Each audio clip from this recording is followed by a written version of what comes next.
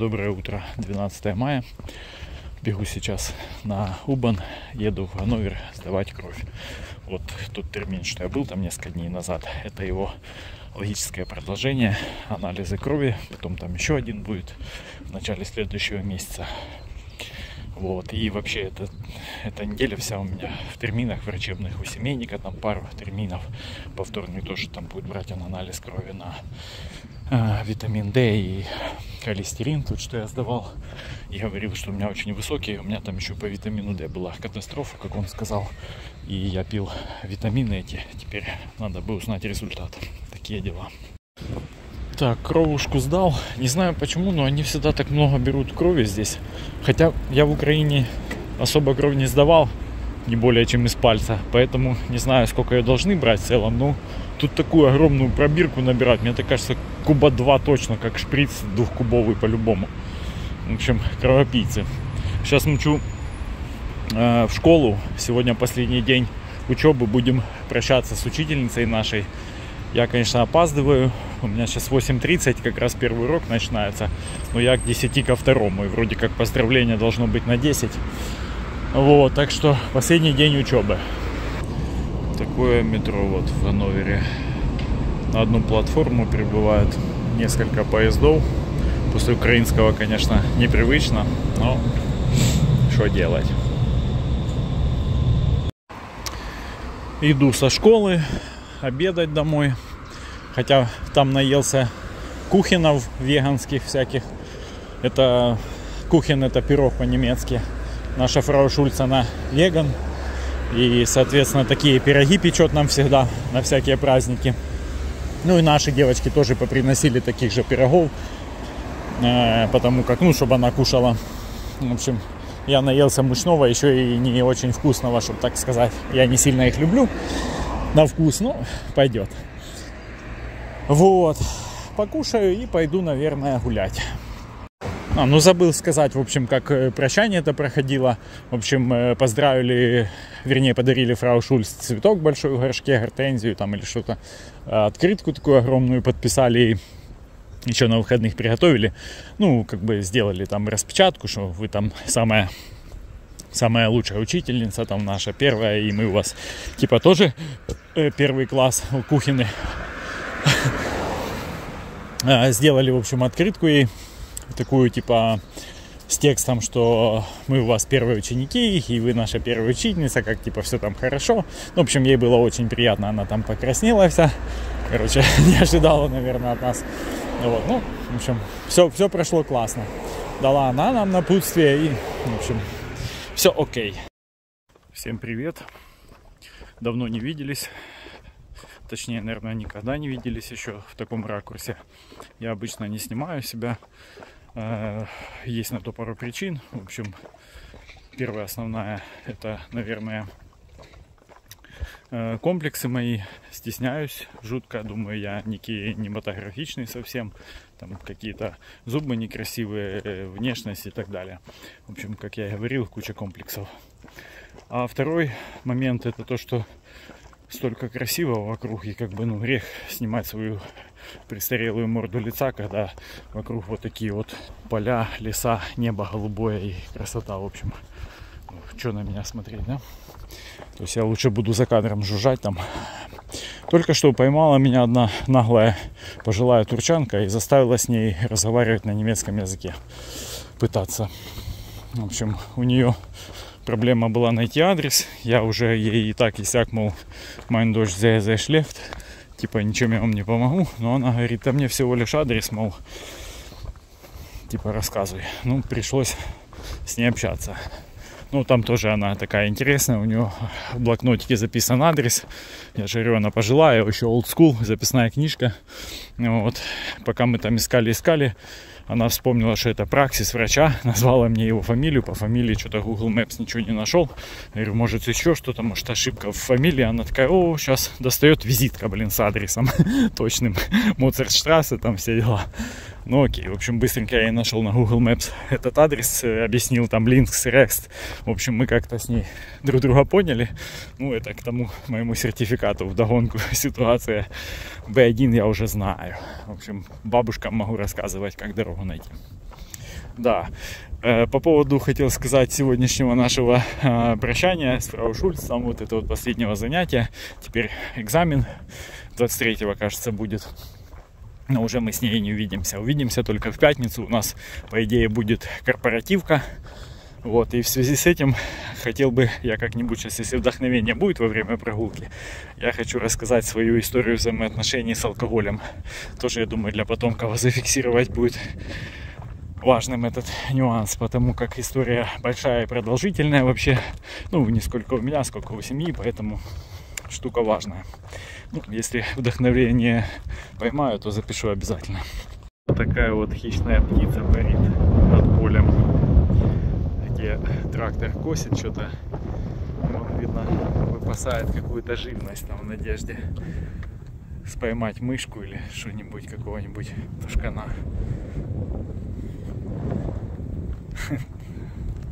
Такой трактора не боится. И куча мелких птиц вон. Кого-то он поймает. Мне видно, настрой у него такой, что он прям голодным сегодня не останется. Красавчик. Иду я вот сейчас, думаю об этой женщине, которая спрашивала у меня дорогу. Ну, ей так на скидку лет было 60. Я думаю, вряд ли больше, ну и, наверное, вряд ли меньше. И вот я думаю, ну как так-то, вот она ж, ну, еще достаточно не совсем старая женщина, чтобы не разбираться в Google Maps. Ну, думаю, по-любому у нее есть телефон, хоть и в записной книжке, там пишет она название, но явно есть мобилка какая-то. А сейчас мобилка, не смартфон, я думаю, редкость, поэтому по-любому там есть Google Maps.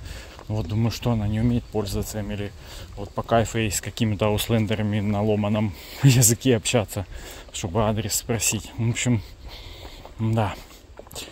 Ну, потом я понял, что это во мне говорит этот мой интеральный локус контроля. Я там его уже интегральным называл. Ну, в общем, наконец-то я запомнил. Интеральный от слова интер, внутри, типа. Вот это, типа, рассчитывать только на себя и как бы удивляться, если кто-то делает по-другому. Вернее, вот это вот удивляться тому, что люди так не делают, это другая чуть-чуть штука. Тоже я с GPT-шкой дальше разговаривал на эту тему, объяснил приблизительно, что у меня, да, и он сказал, что это локус контроля, но плюс еще когнитивное искажение такое, называется ложная универсализация. Это когда ты на других людей проецируешь свои, ну, свое видение, да, то есть если я вот считаю, что ну как можно, блин, там не уметь пользоваться Google Maps, типа, в нынешнее время, то есть я сразу же этого начинаю требовать от всех других. Я как раз в этом контексте и понял, как раз ощутил вот эти оба свои прикола. И локус этот, что типа как так, и типа, ну зачем она на других полагается. И сразу понял, что это я проецирую на нее свою эту ложную универсализацию. Короче, психологи давным-давно все раскопали, описали, и остается только человеку саморефлексией достаточно поковыряться в этом, чтобы многое для себя понять. В эту тему могу сказать, сегодня подвешу ролик. На обеде посмотрел парня какого-то вообще рандомно, не знаю, попался первый раз. И там что-то, какие-то моменты, которые мешают нам жить, там, или правила жизни, которые надо запомнить, что-то такое. Я, как обычно, вскользь на двоечке прослушал. И ролик такой цепанул. Не совсем я там согласен, ну вернее как, все там он говорит правильно, такие базовые вещи, но есть, ну-ка подыму сейчас я на гору эту, но есть спорные весьма моменты, то есть то, что он как бы в утвердительной форме подает, я готов с ним подискутировать был бы с подготовкой, конечно, естественно, ну какие-то вот моменты я не считаю однозначно таковыми, как он их называет. Но не суть. Меня больше всего потом порадовали комментарии. Я просто там одним глазком решил заглянуть, что там люди пишут. Я прозрел. В этом ролике ценен не сам ролик, а то, как люди его восприняли. Я очень сильно удивился. То есть вот это вдогонку к тем моим несколько дней назад в голове у меня возникавшим мыслям о критическом мышлении, да? То есть прям туда. Люди безоговорочно с ним согласны. Спасибо, мне 75, мне 45, мне там 40, 30, там неважно сколько лет, вы открыли мне глаза. Действительно, я понял, почему все точно, все в точку. И там где-то редкой россыпью Ну, типа, я думаю, что вот оно вроде и так, но чуть-чуть может быть не так, или я согласен со всем, но не с тем. Ну, то есть, как бы, очень наглядно видно, какое количество, процентное соотношение людей воспринимает информацию на веру однозначно сразу, а какое готово, как бы, немножко над ней задуматься. Поэтому, да, ролик интересный с этой точки зрения. Оставлю его там внизу под, ну, в общем, в описании видео.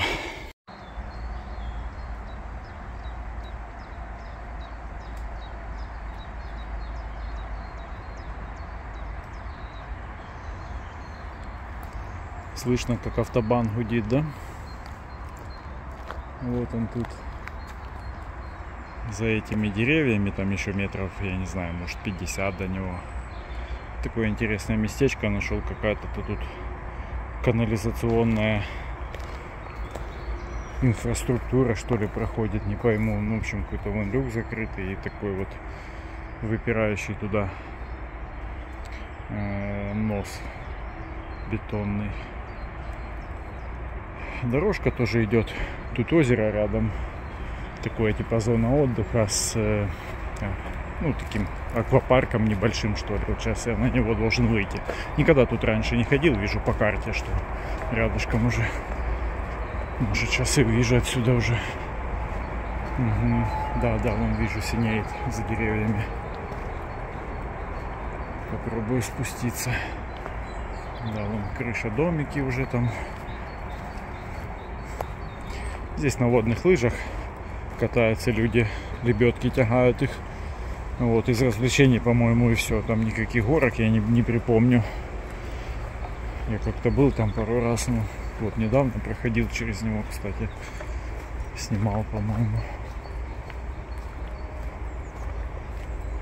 Что тут? Гора мусора. Это видно их задворки. Ну, а вон оно синеет. Само озеро. Так и называется. Синее озеро. Ладно, будем пробираться как-то вниз. О, как тут прикольно. Вон плавает какая-то надувная фигня синяя. Трамплины для лыж. Так, не сорваться бы здесь. О, уже вот. Ступаю ногой, трава проминается вниз туда. Можно покатиться. Сегодня здесь выходной. Щелкну пару фоточек. После ужина идем с дочкой опять играть вот эту вот фигню, дзяньзы. Не знаю, сегодня ветрено, получится, нет, но будем пробовать, как мы после перерывчика. Скилл у нас остался или нет.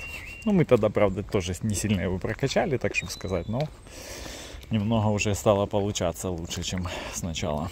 Будем пробовать. Поиграли мы с малой немного. Что-то подзамахался я после прогулки сегодняшней еще играть. В общем, нормально так устал, и игра шла не очень азартная. Она тоже болеет сейчас. Короче, не сильно бодрая. Поэтому так вот для видимости. Но у нас лучше уже получается, безусловно. Так, значит, домой только пришли, и сразу увидел я посылочку от Амазона. Вот, это палки мои. Сегодня 12 мая, и как раз день доставки по этому заказу был. Соответственно, я схватил пакетик и иду сейчас, найду какую-то красивую полянку. И там сделаю распаковку. И посмотрим, что за палки. Попробую, может, пройтись на них пару соток метров. Вот. Я так на весы кинул дома их в пачке совсем. Короче, 290 грамм.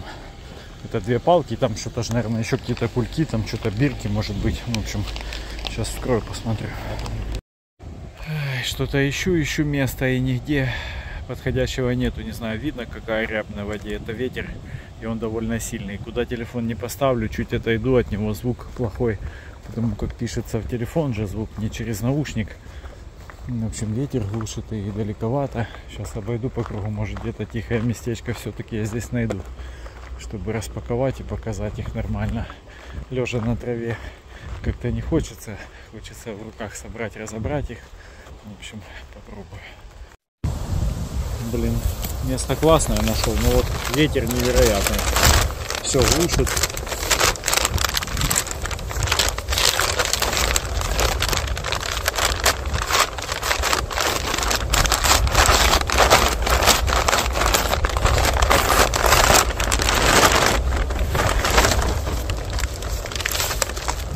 штуки отдельно упакованные.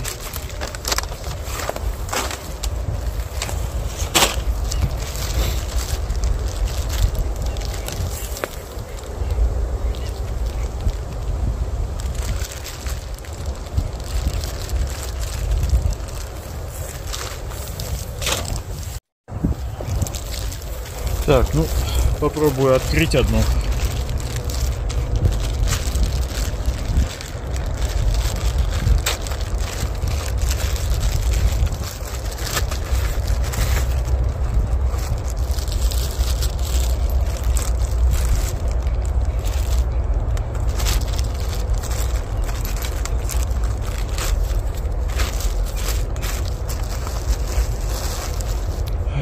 Значит, есть вот такая вот бумажечка.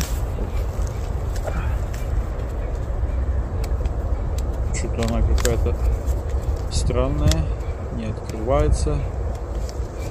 А тут в серединке что-то лежит.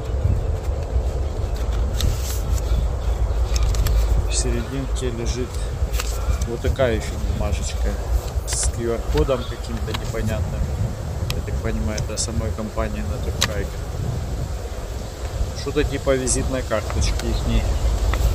Зачем она, непонятно.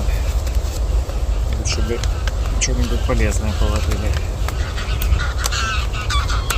Во, гуси с ума сходят. Это я на том месте, где я размышлял о том, как их бы поесть, эти гусей диких. Так, что здесь на этикеточке? Тут какая-то есть голограммка.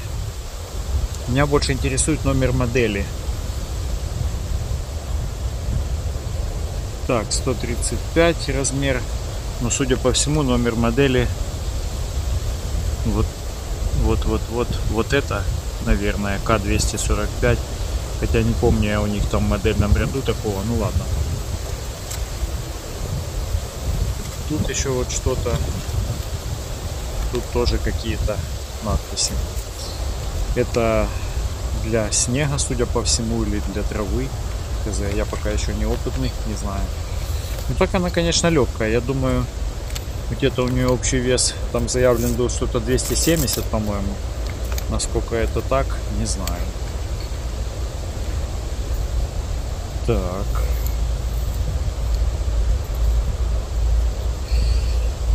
Как бы еще разобраться, как ее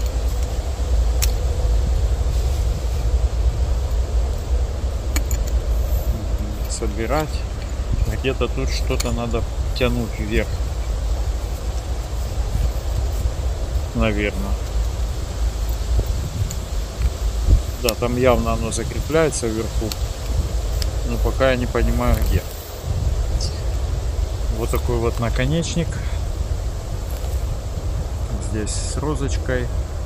И это надставка. Я так понимаю, она же асфальтный этот.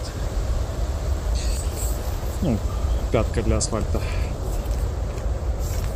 Так, а как же ее защелкивать-то?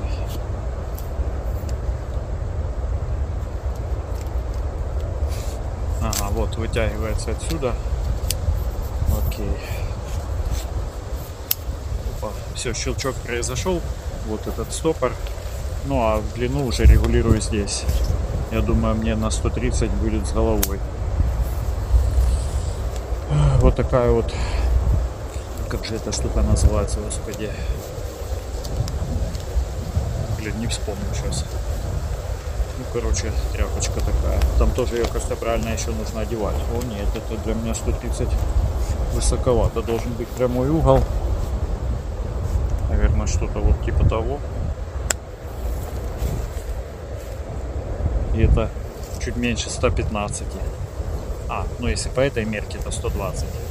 Я взял почему 135, я же еще не решил с палаткой точно, на какую палатку я буду покупать. И, соответственно, возможно, что она будет ставиться на трекинговые палки, если это Ваншан. Честно говоря, тут мы сильно промангали. 2 UL, который с каркасом. Надо попробовать походить. Так мне качество нравится, все сделано очень аккуратно, красиво и четенько. Каких-то замечаний пока у меня нет. Но я совершенно в них не разбираюсь. Это первая, которую я вообще в руки беру. Кнопочку нажали, эта штука заходит в серединку и, соответственно, можно разбирать.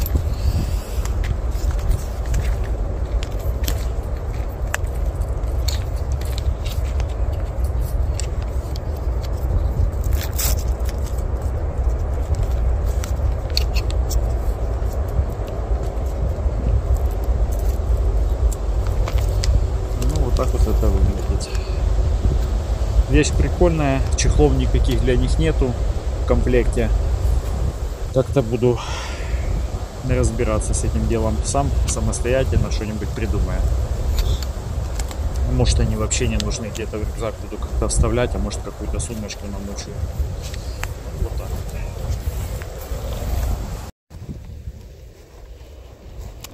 Так, я вынужден сказать, что это просто жопа. Я даже вдалеке не понимаю, как ими ходить. Честное слово. Это настолько настолько неудобно. Я даже... Ну, то есть ноги у меня делают там 8 шагов. Я что-то стараюсь, перебирать 2 раза палками. Короче, ужас. Это просто жесть. Я не знаю, Я сейчас приду домой и буду смотреть видосы, как это правильно делать, и начинаю тренироваться, потому что пока, мне кажется, они мне только мешают. То есть я вообще не понимаю эту биомеханику, как это должно выглядеть. Короче, печаль. В общем, наверное, буду где-то во время тренировок снимать себя, смотреть, насколько я там правильно двигаю ими и так далее. Поэтому потом я вставлю ради прикола поржать эти кадры. Но это уже не сегодня. Ходить, наверное, я с ними начну только завтра. Я сегодня уже гулял. Сейчас вот эту 5 еще добью и домой отдыхать. А завтра, наверное, с утреца на часик выйду. Я думаю, еще взвешу их. И отдельно, наверное, подмонтирую на них, что-то сделаю видео вроде видеообзора. Ну, именно с того, что я снял. Просто слеплю без дневника этого своего. Просто куски будут отдельно. В общем, пока что это небольшое разочарование для меня по ощущениям. В общем, я попробовал и на этих пятках, походил и снял. Потом вот на наконечнике просто, по такому вот грунту, но я думаю, на наконечниках надо идти. В общем, интересно, но непонятно. Так, ну что, прошел я на них, где-то 1,5 километра. И могу сказать, что эффект есть. Мне кажется, есть. Несмотря на то, что мне неудобно, я пытаюсь как-то их там подкидывать себя на палках, как-то ставить их там более-менее правильно. В общем, вот это вот все, несмотря. Я когда задумывался там о чем-то, то есть отключал этот контроль над руками и вроде как бы шел как-то, как получалось, то есть без особого напряга. И могу сказать, что потом, когда вышел на асфальт, палки сложил, получилось, что я почувствовал прям на суставах сразу другое ощущение. То есть с палками как-то не ощущалось. Сейчас у меня суставы периодически болят. Не то, что периодически, а постоянно как будто немножечко ноют. То ли суставы, то ли связки. В общем, не знаю, бедра. Не то, чтобы сильно меня это беспокоит, вообще не беспокоит. Такая боль от усталости есть. Тем более, что это сегодня я уже 15 км прошел. Вот. С утра там пока хожу потихонечку, то есть ничего такого нету. На зарядке тоже нет. Потом когда 10-ку уже прошел, домой пришел, потом смолой побегал, попрыгал. В общем, нет, да, ощущается. Так вот, вернусь к тому, что после того, как я палки сложил, сразу на бедра вот это ощущение пришло. Усталости и так далее. То есть все-таки они снимают напряжение с бедер. Осталось дело за малым, научиться на них правильно ходить. Ветер. И завтра я планирую этим заняться. Очень компактные, не знаю, сантиметров 30 чем-то, в сложенном виде полностью. Симпатичное качество, мне понравилось. Никаких нареканий, замечаний, ничего такого. Вот. Так что буду учиться. Подсниму потом, как получается. А пока пойду сейчас повникаю немного в технику.